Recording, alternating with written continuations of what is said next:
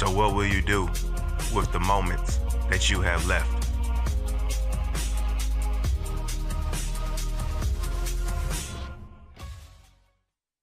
Great American Rugby. Rugby is life and life is great. I'm excited to share an opportunity to partner with Great American Rugby and help grow rugby in the U.S. Sponsoring Great American Rugby gives your brand exposure to a passionate rugby community, whether through logo placements, social media promotions, product giveaways, or brand collaborations. We can find the right fit for you. Here at Great American Rugby, we know that all businesses are different, so we're open to negotiating sponsorship budgets or alternative compensation that works for both of us. If you're interested, please fill out the sponsorship interest form. It'll only take a few minutes, and I'll personally reach out to discuss the next steps.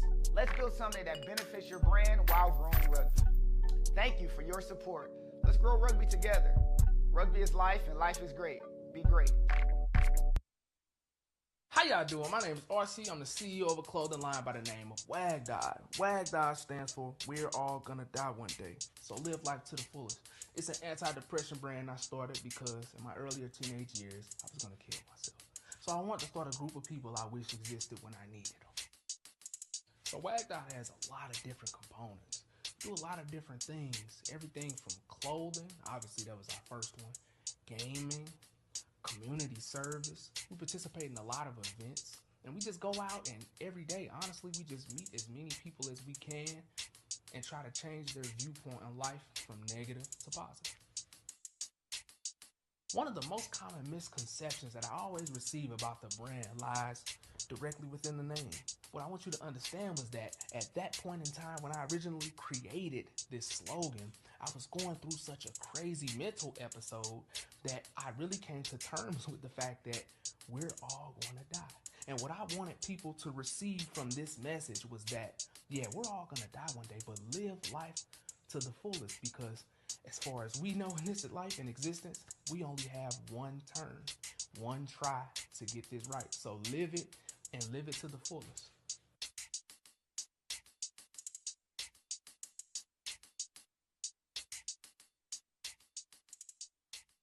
You know you want me, baby. You know I want you too. Cause I'm your honey, man. I'm really sweet on you. Take one taste of me, girl, and I will rule your world. I wanna grow together. Let's let our love unfurl. Beneath the pale moonlight, where we're dancing slow, I hear whispers of love.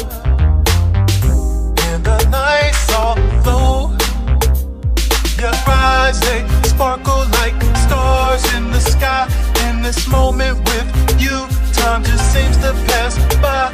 In the quiet of the night, in a world so still, our hearts beat as one. In this love we fulfill. You know you want me, baby. You know I want you too. Cause I'm your honey, man. I'm really sweet on you. Take one taste of me, girl, and I will rule your world. I wanna grow together. Let's let our love unfurl. You know you want me, baby. You know I want you too. Cause I'm your honey, man. I'm really sweet on you. Take one taste of me, girl, and I will rule your world. I wanna grow together. Let's let our love unfurl. With every beat of my heart, I'm drawing closer to you. And through the seasons of time, our love will stand true. So trust me, don't fear me. Baby, please hear me. There's nobody else for me but you. Our love is never ending. It's only just beginning. And I can't wait to start with you. You know you want me, baby. You know I want you too. Cause I'm your honey, man. I'm really sweet on you. Take one taste of me, girl, and I will rule your world. I wanna grow together. Let's let our love unfurl. You know you want me, baby. You know I want you too. Cause I'm your honey, man. I'm really sweet on you. Take taste of me, girl, and I will rule your world. I wanna grow together, let's let our love unfurl. You know you want me, baby, you know I want you too, cause I'm your honey man, I'm really sweet on you. Take one taste of me, girl, and I will rule your world. I wanna grow together, let's let our love unfurl.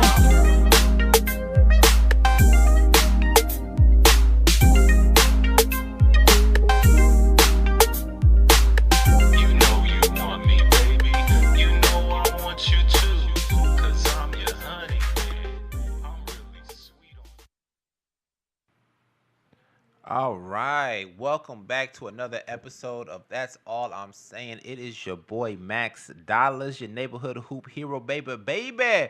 We are live streaming here on YouTube and Instagram. So everybody that's in my comments on Instagram, I hope y'all watching this. Call in, talk your shit, because today's the day. Today's the day to talk your shit because the phone lines are open. The phone lines are open. 515-599-1687. Now, I want to give a shout out. To all the sponsors that we got going on the show. We want to give a shout out to Stillwear Athletic Brand, the Great American Rugby, and Wag Dog. And also we got to give a special shout out to our second artist of the the company, Bossy Steel, the number one honey man. I love that song. All right, so let's get it started. First of all, I want to address a couple of things that people are saying in my comments. Okay, first thing, is this Steph Curry's era? Is it Steph Curry's era? I don't think so. He's did the same thing LeBron does, but only thing he does differently is he stays on the same team. He gets help, the help doesn't help, and they lose. Now, granted, will they have beat the Timberwolves if he was playing? Probably. But he's also 36, maybe 37. So, and he only shoots. The great thing about Steph Curry is that his weapon is his shooting. You can't get tired or run out of energy from just shooting all the time, right? Because you don't expend nothing. All you're doing is shooting. I'm not taking nothing away from Steph. Shooting is a great tool and a great tactic. But he's not the first one to shoot from deep. He's not the first one to be small and score a lot. But all of a sudden, they want to say that he's the greatest point guard of all time. I don't know. I'll be honest with you. Steph Curry is not even a point guard. He's not a point guard. He's a two. He's a tweener. He's a little bit of a point and a whole lot of a shooting guard. But you want to put him as a point guard because he's small. But if you really were smart, if you guys were who you say you were, you would say that he was a two guard. And then you have to put him up against Kobe and Jordan. Now, would he be the greatest two guard of all time? Fuck no. No, hell no. We know this. That's why y'all put him at point guard, because his competition is weaker there. Now, Magic said a couple of things, which I agree with Magic, right? Or no, I'm sorry, not Magic. Jordan said a couple of things about Magic being the greatest point guard of all time. And those things are true. Magic transcended the game. 100% from college to the NBA. Steph really didn't do that. All right, Steph was at Davidson. He did his thing, right? Went deep into the NCAA tournament. Everybody knew he was a great shooter, but when he came into the league, it was a question mark. I don't hear nothing about GOATs being question marks, right? When Kobe came into the league, it wasn't a question mark. It was just that he was young, right? When Steph came into the league, it was a question mark. Everybody knew he was good, but will he last? His ankles wasn't holding up. Now, whatever he did to strengthen them ankles up really worked, because he's been in the league the last 15 years killing.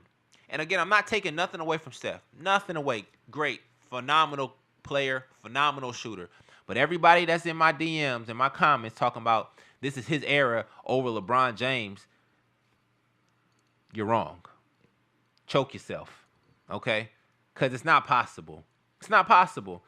If you allow, and I'm not knocking nobody on the Houston Rockets team, but if you allow a man to come out there and lock you up and he's like a rookie, ain't he a rookie? Come on, bro. You feel me? Like, you supposed to be the greatest player of all time in your position and you getting locked up by a rookie or even a second-year player? Come on. LeBron would never. Jordan would never. Kobe would never. Come on, man. Let's be honest here. Like, you keep moving the goalposts with who's great and who's not, and y'all fight the hardest to say LeBron isn't as great as he is, but yet and still, it's been proven. And then you look at it, everybody wants to play with LeBron. Everybody wants to play with LeBron. You really, only thing you hear about LeBron is that he's the point guard at the whole time, right? That's a knock, yeah, but all great players control the rock. That's just what they do. They control the rock and they control the tempo of the game. Steph runs around, gets off screens, and shoots it, which is great. But in order to play with Steph, you have to be able to set a screen and rebound. That's it. Klay played great defense, rebound, and shot that hole immensely. If you wanted to succeed for the Warriors, you got to do that. Every player that they get has to do those things. If they don't do those things, they don't make it. They don't stay, right? We're going to see, though. I do fuck with Steph. He's a great shooter. Is he the greatest point guard of all time? Not even close. Is this his era over LeBron James? Not even close. Not even close. Now, the question has been going around. Is the NBA rigged? Is it rigged? Of course it's rigged. It's a business. At the end of the day, you have to guarantee your bottom line. At the end of the day, if you have a business, you have to understand what makes the money. Suspense, terror, fortune, a great name, a great face. All these things matter when it comes to running a business. That's why the NBA is rigged. You saw exactly what happened. Everybody was all on Nico Harris about trading Luka because it was a crazy trade at the time. Hindsight looking back, maybe he was a genius. Maybe he knew something that we all didn't know. Maybe we were really blind from the fact that Luka was such a great scorer that we really didn't care that he didn't play any defense. But a lot of things been coming up lately on the internet. A lot of tape when he was 15, 16, 17, 18 in his prime, killing, slimmer, doing things that he would dream to do now. But he can't because he's a little overweight. And now we acknowledge that. Now we're looking at the trade like, wait a minute. Maybe Nico Harrison was onto something. Maybe his idea of getting rid of Luka and starting over was actually a stroke of genius. And then all of a sudden, the NBA draft lottery comes around. And who gets the number one pick? It's crazy. Rigged. Why? Now everybody's going to watch the NBA next year. We're excited to see what's happening. Will they get a Cooper Flag? Probably. If they were smart, they would trade him. Everybody's talking about trading that number one pick. Cooper Flag may not be a transition player. He might not be the next LeBron. He might not be the next Luka. Hell, he might not be the next Zion. But he's going to be the number one pick. I foresee him being like a Christian Laettner type of guy. You know? Great screen setter, open shot, mid-range demon. You know, maybe a poster here and there, but nothing that I saw from college led me to believe that he's going to come into this league and dominate like that. The hype is not that hype around him. I mean, he's great. He's good. Don't get me wrong. I'm not knocking him at all. I would pick, if I had a college team, I would pick him on my college team too. Out of this draft, if I had a number one pick, I would pick him too. You know, you can't go wrong. But will he change the franchise? I doubt it. I doubt it. Him going to Dallas, it could work. But he's going to play second fiddle. AD and Kyrie, they're the men. They're the mans. They're the ones that's going to take all the shots.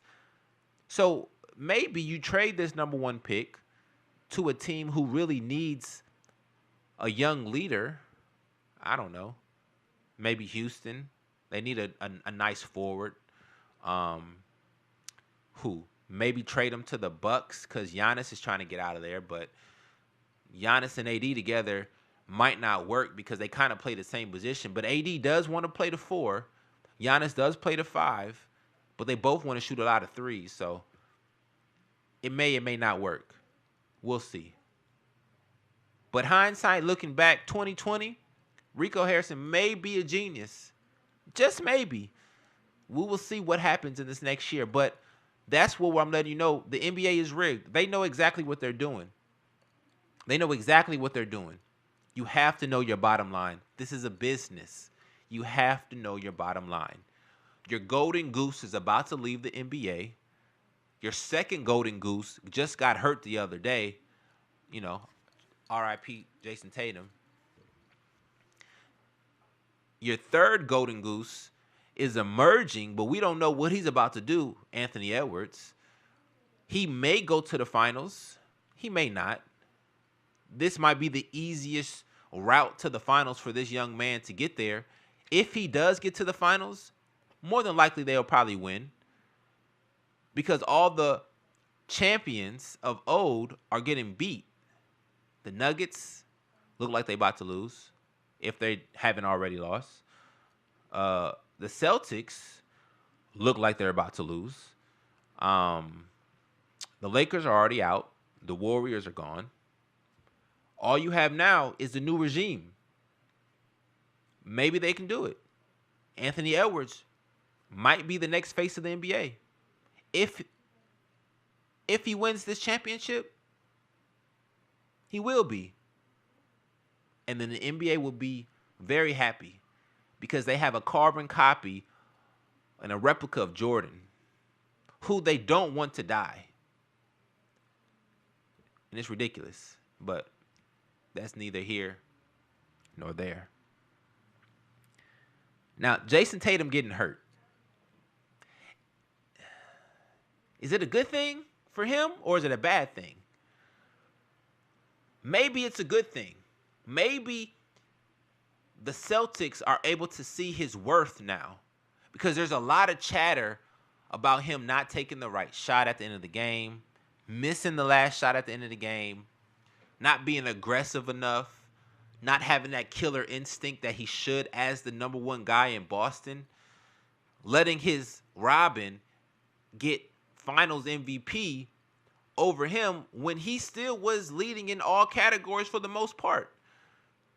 It's just that one thing that he's missing. It's the nail on the coffin. It's that final dot, exclamation point to seal a deal. He still hasn't really conquered that fear of being the man at the end. And that's not his fault.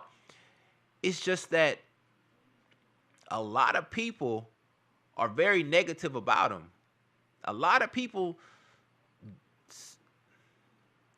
they give him the LeBron treatment. They're watching all his flaws. And to be honest, Jason Tatum could average 40 a night if he really wanted to. I believe that's the reason why he got hurt.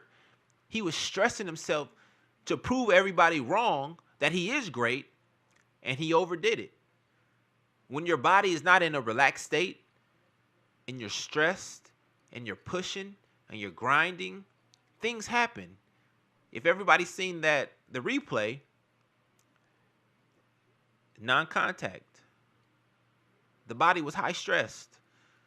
On his mind was greatness. He wanted to prove everybody wrong. This was his best opportunity because Jaylen Brown was not doing nothing. He was actually playing his part as the second fiddle. But now that Jason Tatum's hurt, Jaylen Brown has actually looked better as the lead role than Tatum did. And that's no knock on Tatum.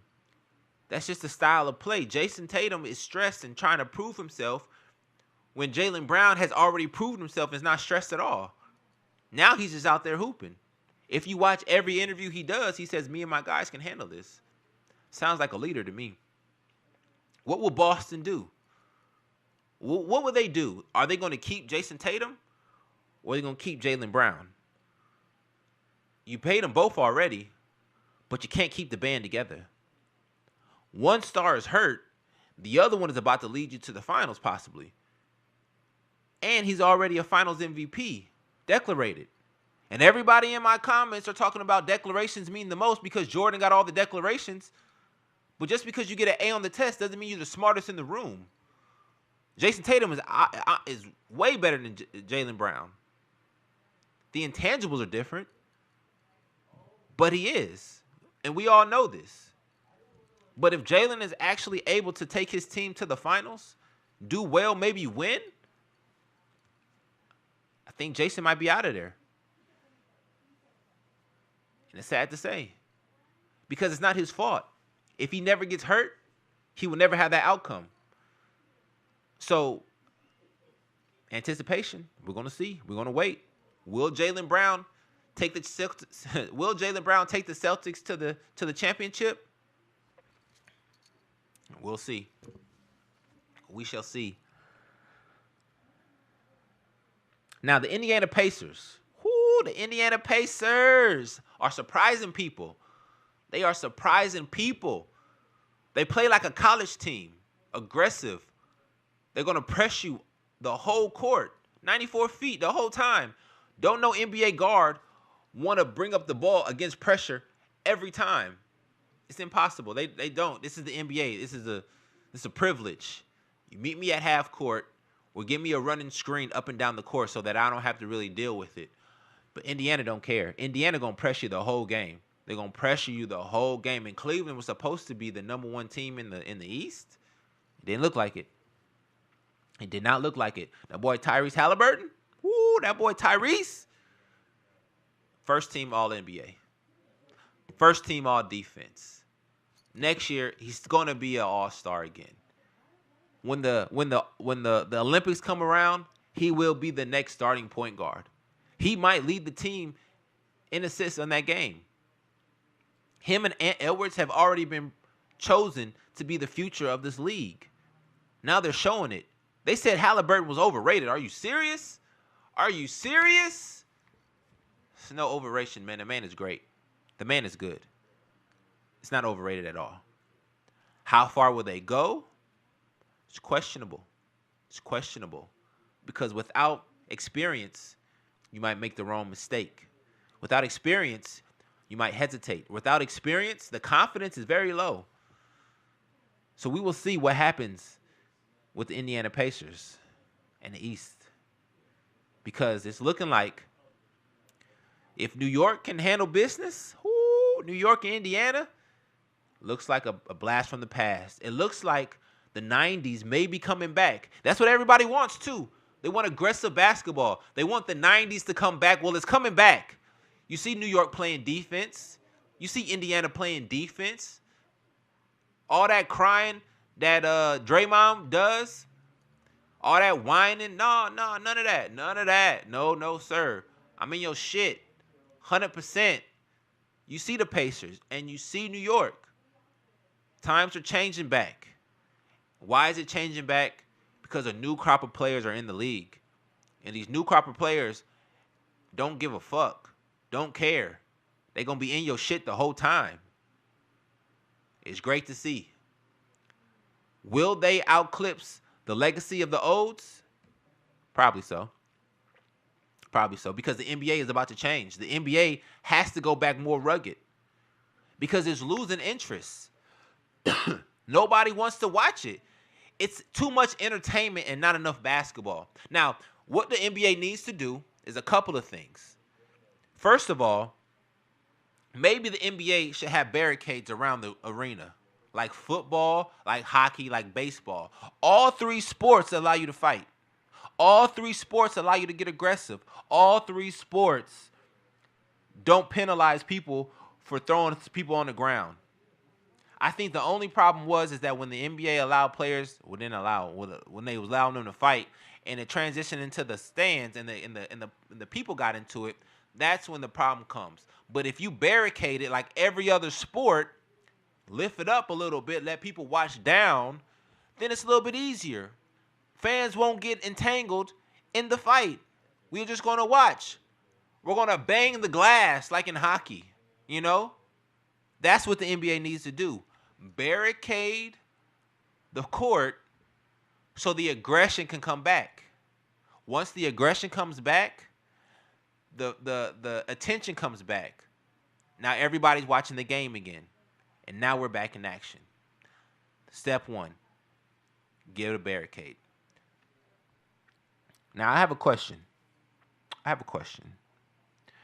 This question was asked to me by one of the people in my comments. They said, who ruined the opportunity for teams to build with their franchise players? Was it LeBron James or was it James Harden? LeBron James leaves teams and builds up other franchises to win championships. Leaves again, go to another franchise, builds it for a championship. Leaves again, go builds another franchise, wins the championship, and does it one more time. James Harden goes to a team, gets in the playoffs, lose. Fights his way out of that contract to go to another team, gets in the playoffs, lose. Gets out of shape because he doesn't want to play there no more, goes to another team, gets back in shape, go to the playoffs, lose. Whose fault is it? It's not LeBron James' fault, I'll tell you that. I don't think it's James Harden's fault either. But you can put more of the blame on James Harden than it is on LeBron James. Only because if you trust your franchise with LeBron James, you can guarantee yourself a championship. You can guarantee. If he's coming the first 3 years, you're going to get a championship. Just be prepared to rebuild afterwards. So what? That's what happens. If you get James Harden, you ain't winning shit. You ain't winning nothing. The only time James Harden had an opportunity to win was he was in Houston. When he was MVP James Harden, and he was killing. But it never came through because he went out. He just didn't have the team to beat anybody in the West. So whose fault is it really? I got to give the nod to James. Even though you're in control of your own destiny, the way you leave, the way you transcend that franchise, up or down, that's where you get the blame from. Now, I have another question. And this is for the old heads. Jordan, Sir Ernest, Michael Jeffrey Jordan, was great. Was he not? Was amazing. Called him the GOAT before he even deserved the title.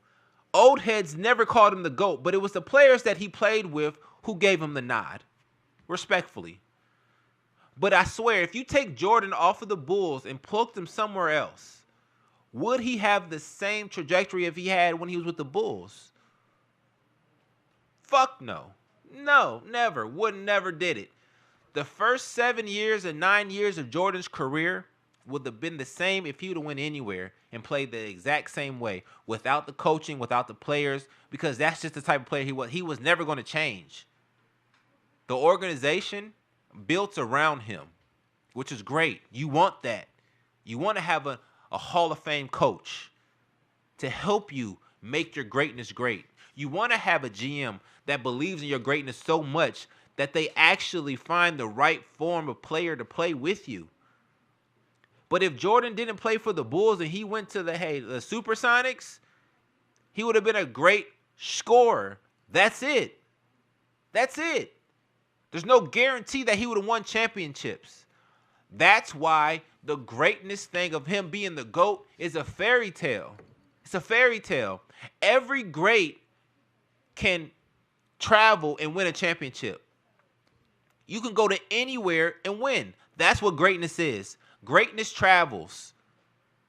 And I'm not knocking Jordan. I'm not knocking him. But he was with one organization his whole career. He did great there. He maxed out everything and retired a couple times because it was too easy. Okay, he's great. But who else leaves a franchise, wins one, and goes to another? I tell you who does. Kareem, a GOAT. Wilt, a GOAT. LeBron James, a GOAT. That's real GOATness. Being able to have your greatness travel and follow you anywhere you go is greatness. I'll give you an example because all you old heads talking about is loyalty and that's how it was back in the day. Nobody had choices, whatever. It's cool, whatever. He was in the great time and a great era for him to do what he did, and he did great things. It's fine. But if you're at a job, a sales job, right, and you're doing crazy numbers at the sales job, and a bigger sales company sees your numbers and recruits you over there, plucks you from the small farm and puts you on the big farm, and expects you to do the same numbers or better and you don't, that's on you. That means you suck. That means you was only good and comfortable in your last position, but you can't, the greatness doesn't travel. It doesn't transition. The exact same conversation with Jordan. It doesn't travel. It doesn't transition. More than likely, the first 7 years of him going forward and getting all those scoring championships and all that other stuff that he was getting in the beginning years would have been the same exact thing as he went on for the rest of his career. Because you have to build around him. He needed help. It's fine. LeBron James doesn't need help like that. Help finds him. They come to him. It's different. It's a difference. LeBron James can go to any organization and win with a different group of guys every time. Jordan only wins with the same group of guys because he had the greatest team ever. Are you serious? Are you serious? If I have the greatest team ever, of course I will win. If anybody plays 2K and they pick the 99 Bulls, the 95 Bulls, the 93 Bulls, any of those championship Bulls, you automatically lose. You automatically get upset. You automatically get upset. Like, why are you getting the Bulls? Play with a regular team. It's the same in real life. It was a cheat code. If you play 2K and you get the 17 Warriors with Durant, it's a cheat code. But anytime you get a LeBron James team, it's a cheat code because he's the guy by himself, solo dolo, anybody. You can get it. That's greatness. Are you serious? Kareem, greatness from high school to college to the NBA, from the Bucks to the Lakers, greatness. It travels. Jordan's greatness never traveled. He won the championship as a freshman. Sophomore, junior year ain't win shit. He's a great scorer. Why don't you understand this, people? He's a great scorer and got in a great opportunity and won out of it. It's okay. That doesn't mean you're the GOAT. It does not mean you're the GOAT. The GOAT travels. Greatness travels. It's proven. Now, I ain't gonna lie. All the flops, all the acting, all the unnecessary flails, I get it. I do. I also think LeBron does too much. He does. If he cut back 20% of the flops, I think the opinion of the masses would change as well. But he is who he is. He's a GOAT. And that's what he does. And despite all the times that he flops, all the times that he cries about fouls, and all the other times that he just complains, he still does great shit. Every time. Did Michael Jordan cry? Of course. Did he complain to the refs? Yes. Did anybody care? No. They just said that he's being aggressive and he just loves the game. Whoop-de-doo. There's no difference. LeBron is just a better actor. It's entertainment, people. It's entertainment. Get over it. LeBron's the GOAT. Okay? It's just what it is. It's just what it is. Now, another thing. We've seen Jordan before. Without all the accolades, without all the team help, without all the great coaching and great GMs, we've seen this before. And we never even paid attention. A lot of people have noticed the similarities. They only said there was a difference between mentality, but It's a lot more than mentality. The person I'm talking about that is a replica of Jordan is Vince Carter. Same vert, same jump shot, same college, same position, unstoppable. Only knock you give Vince Carter is mentality. And I doubt it's not mentality. It's not. It's not mentality. It's opportunity. Vince Carter went to the fucking Raptors. Are you serious? He went to the Raptors. All that talent that he had should have been on a marquee team like New York, LA, Boston, something like that. If he would have went to a marquee team, I guarantee you all this Jordan nonsense would have been washed, because a great GM would have took Vince and built around him. Got him a solid big, a solid point guard, a solid 3-man, and y'all would have been good. Y'all would have saw a real Vince Carter. Vince Carter never tapped into his full potential. He did the exact same thing Jordan did. Great dunk contest, right? Greatest dunk contest of all time. That's what they say. Before that, it was Jordan. What a coincidence. Again, the only difference is Vince Carter went to the fucking Raptors, all the way in Canada. Nobody even was watching his games. And then they give him that dumbass shoe.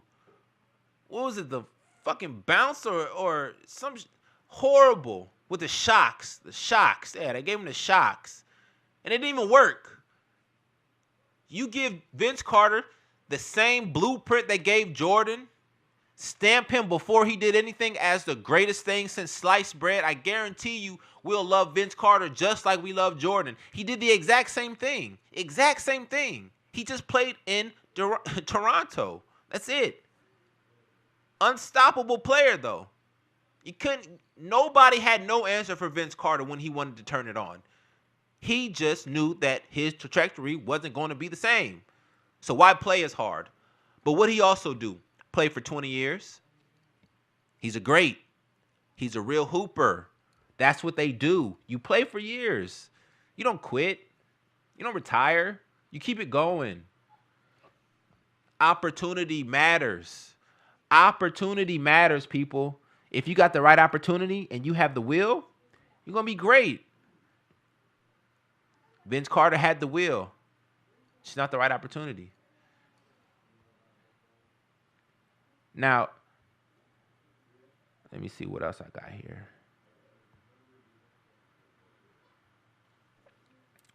A lot of people, again, are mad that the NBA is soft. I agree, it's soft. It could be a lot tougher. We gave one example of what they could do to make things a little bit more better, is have the barricades and make sure that the fans can't intervene. Because let's be honest, all that courtside seating, drinks getting spilled, people just fearful of getting hit by these players running up and down the court as fast as possible is actually insurance policy, It's high insurance. Take those people away, put a barricade, watch them play better, okay? Also, the game is soft because you have nothing but young pups in there. If you were to have a majority of players in their 30s playing, strategizing, playing at a high level, the game will be a lot more better. It would actually replicate the 90s a lot more because the players in the 90s were older, more seasoned. They knew what they were doing. You wasn't seeing all these stupid three-point shots going up and missing. You saw fundamental basketball. High, low. Start in, you pop it out. That's why Shaq was dominant. Akeem Olajuwon, the mid-range was popping. Nowadays, everybody wants to follow suit of the three-point contest and just shoot it and shoot it and shoot it. And half of the people can't make shit. It's one of those things.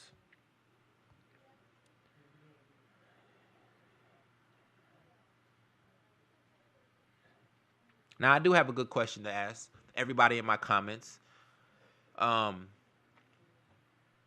Who was a better excuse me. Who was a better coach? Phil Jackson or Greg Popovich? It's a question that I want to know. Who was the better coach? Let me see here. And what I want to do, I'm going to ask ChatGPT. Who was the better coach? Phil Jackson or Greg Popovich?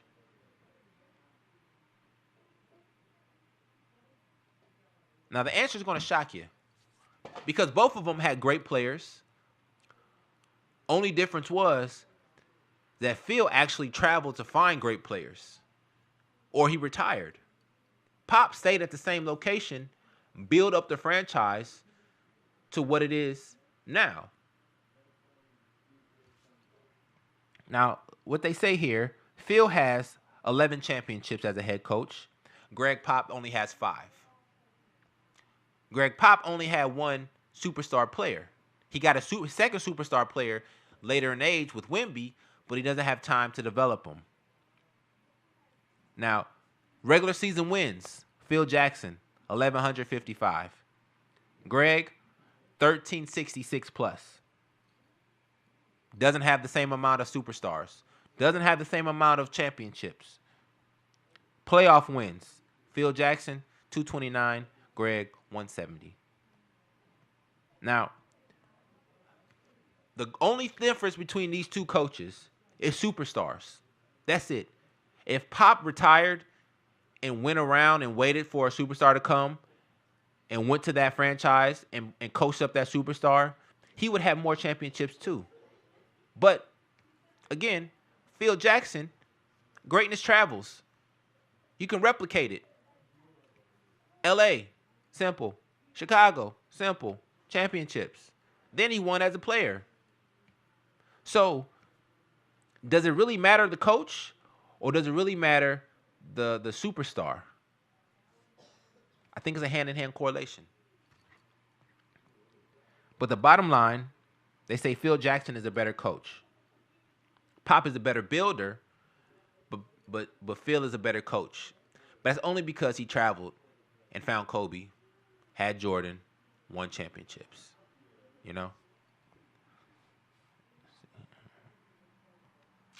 We're going to take a quick commercial break. Enjoy the Honey Man.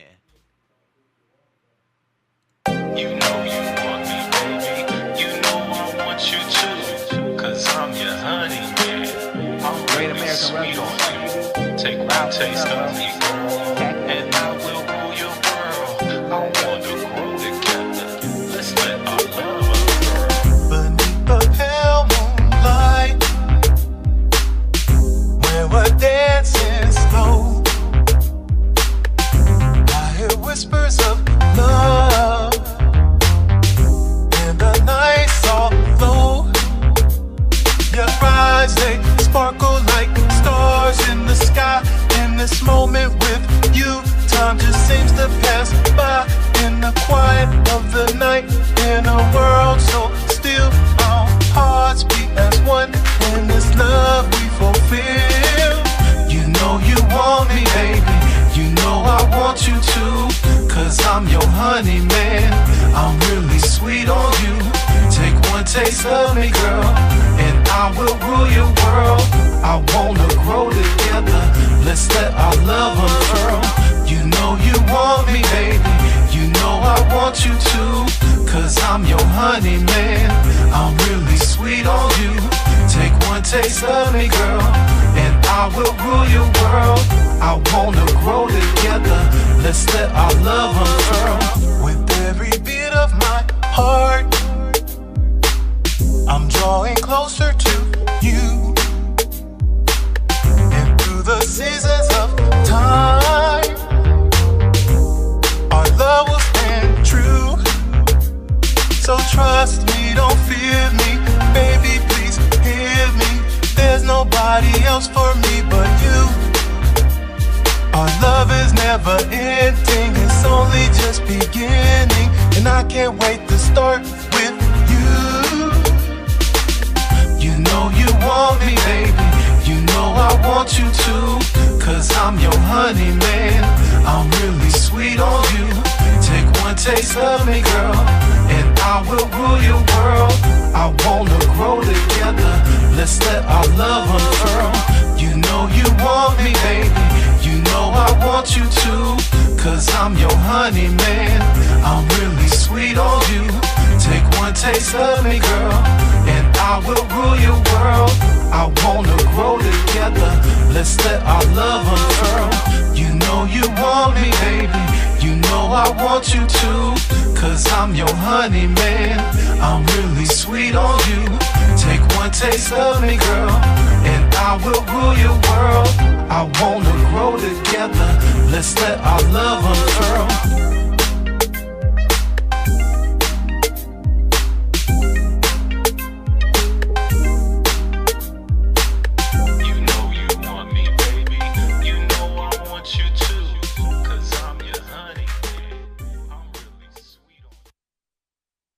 We are back, and we actually got a special guest, my boy DLC. What's up, baby boy? Hey, what's going on? What up, man? Welcome back to the show, bro. How you doing? I'm feeling good, man. A little tired, but we here. Yeah, we here.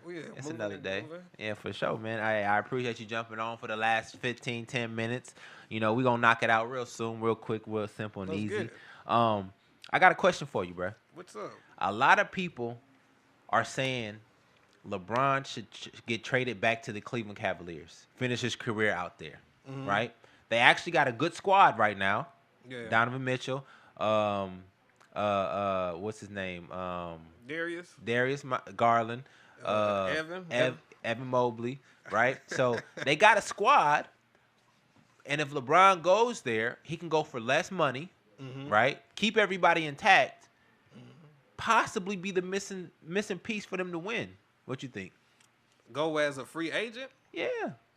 I mean, It ain't about the money no more. it ain't. It's not. I'm like, cause how much? He a billionaire. He's still playing. Yeah, he's a billionaire. I mean, that would be dope.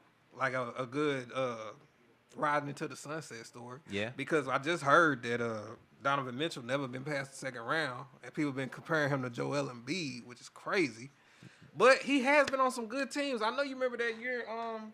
Utah was number one. Yeah, he's in the Trash.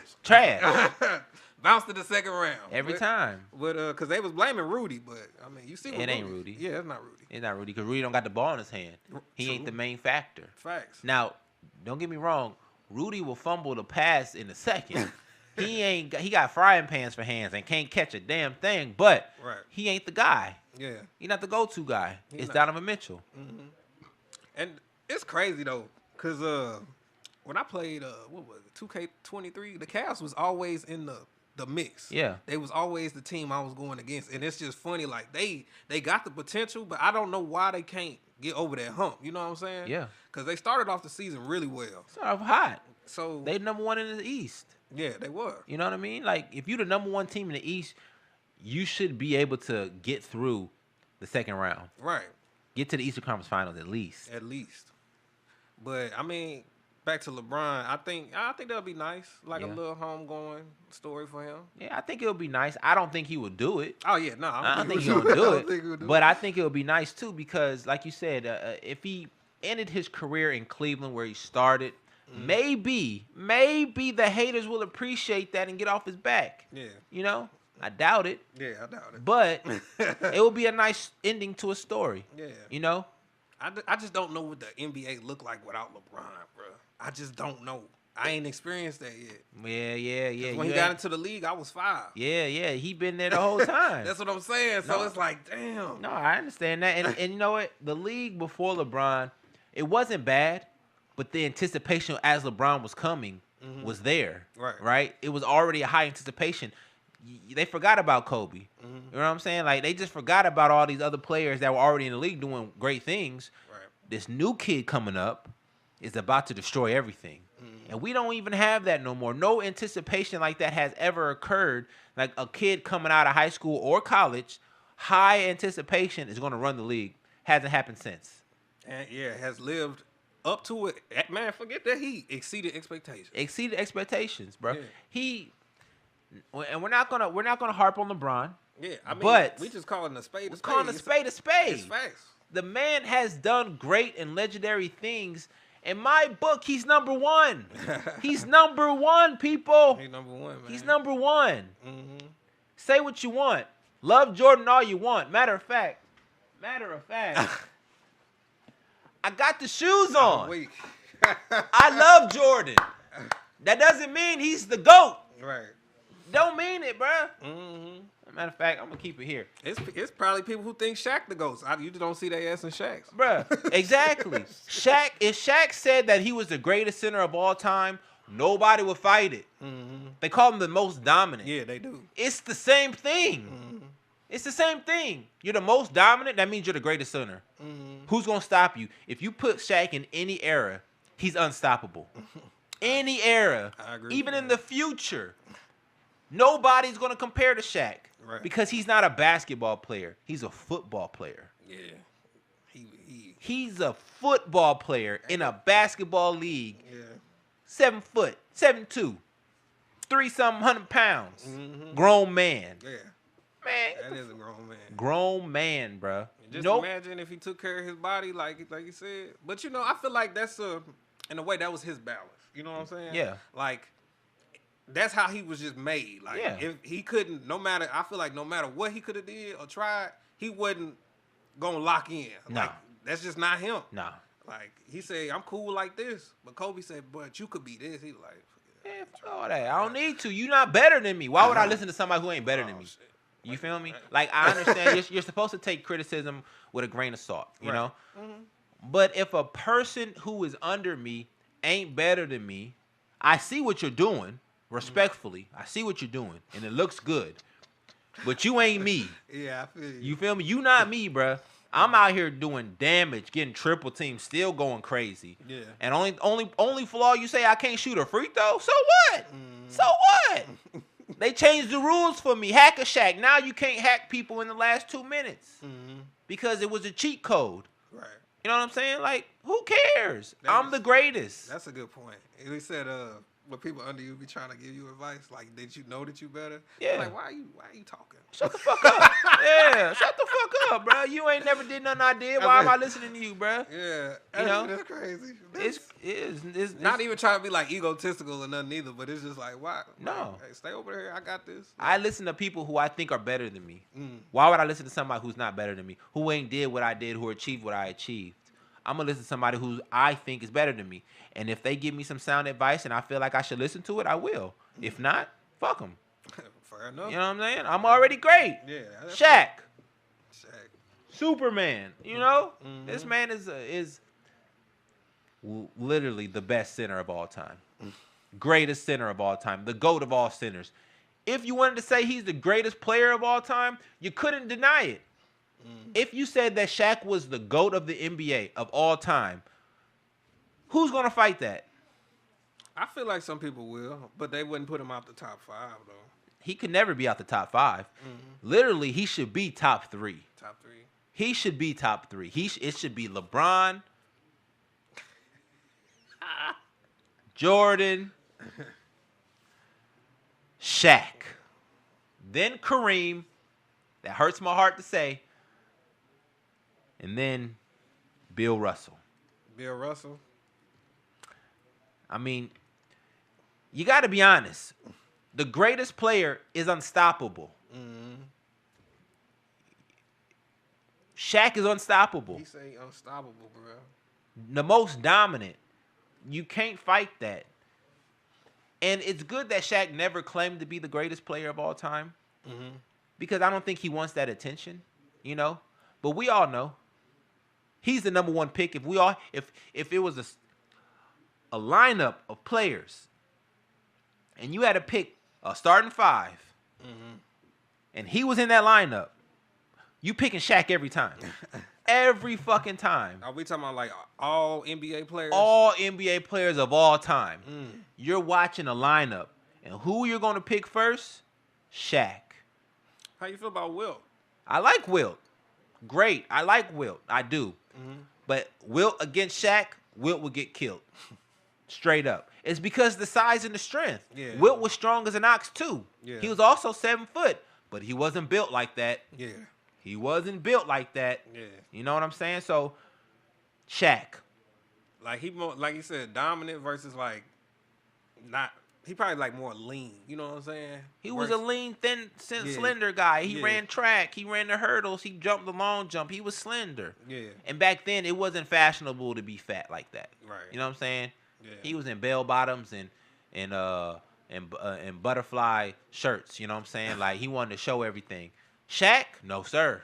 It's kind of like how Dwight Howard started out and like how he finished. Like Yeah. he was bulky and big versus like I feel like the build he got now. Yeah, it's like, more natural. Yeah, it's more natural. And, Yeah, slim. Yeah. Yeah. I feel you. Yeah, you're right. You're right.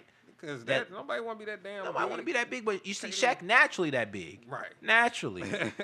Crazy. Shaq is the great. Let's just go ahead and say that. Shaq is the greatest player of all time. Now, LeBron is my GOAT. I'll say that. But Shaq is undeniably the greatest. The greatest. You can't stop him. It's fact and it's proven. He say, "Good luck trying to stop that man." Good luck. Nobody has ever succeeded. Only thing that succeeded in stopping Shaq was fouls. Was it? Yeah. And he would luck up and make one or two. Mm-hmm. Everybody get lucky. Everybody get lucky. Yeah, You know what I'm saying? But if I had a lineup to pick, I would pick Shaq 1st. Mm-hmm. Then I'll pick LeBron. Then I might pick Jordan. He said, "Might, y'all." I might. Because he's a two guard. Yeah. You know what I'm saying? Like, there's two guards. There's great two guards that can complement Shaq. Kobe, obviously. Right. You know what I'm saying?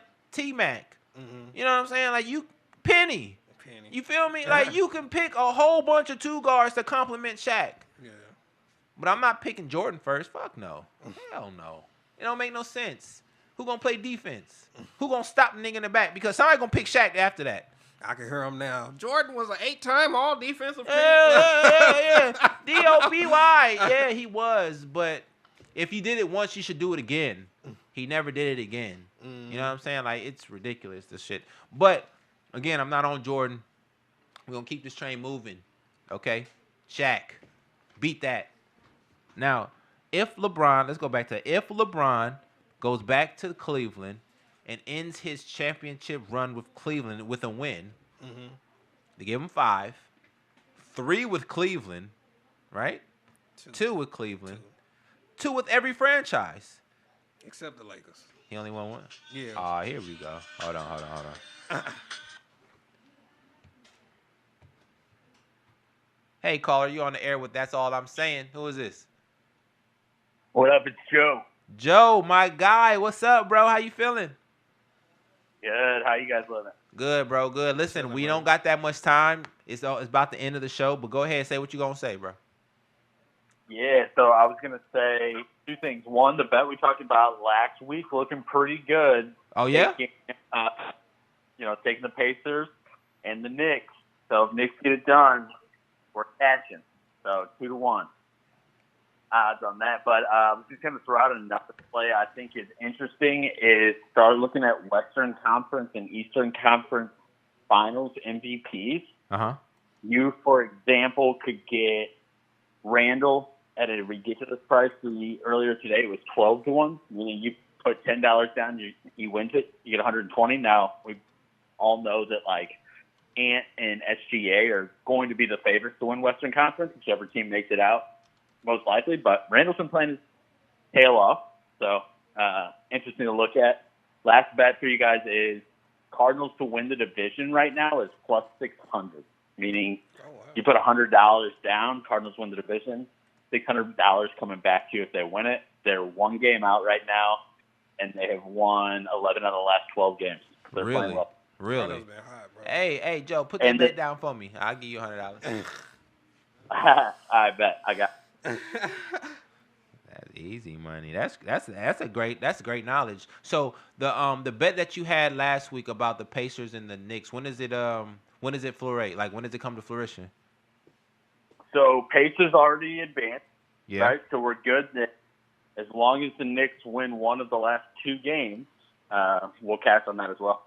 Oh yeah. Hey. And then I have the Timberwolves mixed in on a different one. So I have the Timberwolves, Pacers, and Knicks. That one's 3-1. I know you're happy about the Timberwolves, huh?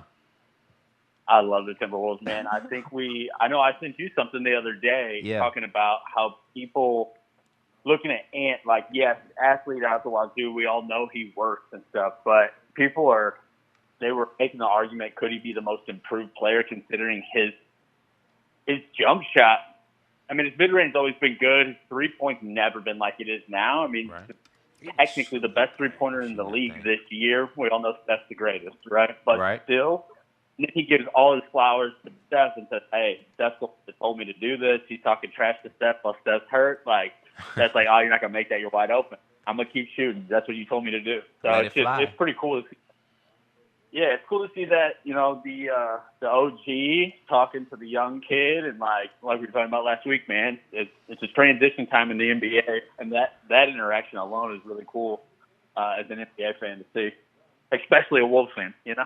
No, for sure. And the transition is correct, bro. It's changing guards as we speak. We're watching it change in real time. And Anthony Edwards, if he makes it to the finals, I don't even think he has to win. If he makes it to the finals, he's the new face of the NBA. Yeah, you know what? I agree. I really do think that that's where it's heading. I think that, dude, I was just thinking about it as I've seen a bunch of post-game interviews with him, like recently, especially on national television. And just like when you watch his interview versus, and a lot of the Wolves players in general, but man, I feel like I'm just watching a normal person. Like you watch, and LeBron's LeBron, but like you watch some of these stars from different teams, and it just feels like, oh yeah, you're an athlete. Like you're, you know what I mean? Like you're something different. Yeah. But when I watch Ant or like Randall last night, I'm just like, oh, you guys are just some normal dudes that hoop. You know what I mean? That can hoop. Yeah, 100%. They're relatable. You know, I think that's what you're going for. They're relatable, and Ant is very relatable. He says what's on his mind. It's funny. It's charismatic, and the people are eating it up. It was last night. They're doing an interview with him. He's sitting there, right, and then so his nephew's watching. He's like, he just stops in the middle of the interview. He's like, "What's up, nephew?" And what up? Yeah, and I'm like, see, that's what I'm saying. Like, this interview's cool. Like, yeah, you got to do it. But, like, that to me is, like, a real character moment where you're like, all right, bet. Like, that's, you know what I mean? Yeah. That's your fan. That's more important than whatever you got going on. Exactly. No, I agree with you 100%. I was watching the same interview, and then he comes back onto the line like, hey, what you say? Like, he was on the phone. Yeah. Right. Yeah. Like, my bad. Yeah. Like, this ain't a whole interview. interview. All of NBA naturally watching them right now. You know what I mean? Like, hilarious. Crazy. I love it. Hilarious. Well, Joe, I appreciate you calling in, bro. Everybody who's watching or listening, I hope you got those bets, because Joe knows bets, and he knows everything. So I hope you've been paying attention. He going to make you some money, but bet at your own risk. We're not telling you what to do. Yeah. Bet at your own risk. This is only for entertainment purposes only, but Joe knows. Just know. All right? Now, all right, keep it up, guys. Love calling in and talking to you guys. Let's see. For sure, Joe. I love you, man. Appreciate you. Thank you, buddy. All right. Ladies and gentlemen, that is it for the day. This is the All I'm Saying podcast. I'm your boy, Max Dollars, your neighborhood hoop hero. And I got my boy DLC with me. Yes, sir. And we are out. Let's go ahead and play that Honey Man one more time as we get out of here. Play that Honey Man. Gotta play that Honey. You know you want me, baby. You know I want you too. Cause I'm your honey man. I'm really sweet on you. Take one taste of me, girl.